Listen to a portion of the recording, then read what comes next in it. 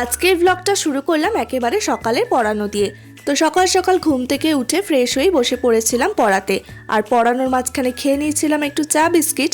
আসলে পড়িয়ে উঠতে উঠতে অনেকটা লেট হয়ে যায়, তখন আর চা খেতে ইচ্ছে করে না, সেই জন্য। আর আমাদের বাড়ির দেওয়ালেই নতুন রাধা মাধবের ফটোটা লাগিয়েছি, কেমন হয়েছে জানিও কিন্তু। তো তারপরে আমার সব থেকে প্রিয় কাজ গুটি পোকার সাথে খেলা করা, তো সেটাই করছিলাম। ওর সাথে খেলা করে উঠে স্নান টান সেরে রেডি হচ্ছিলাম পড়াতে যাওয়ার জন্য।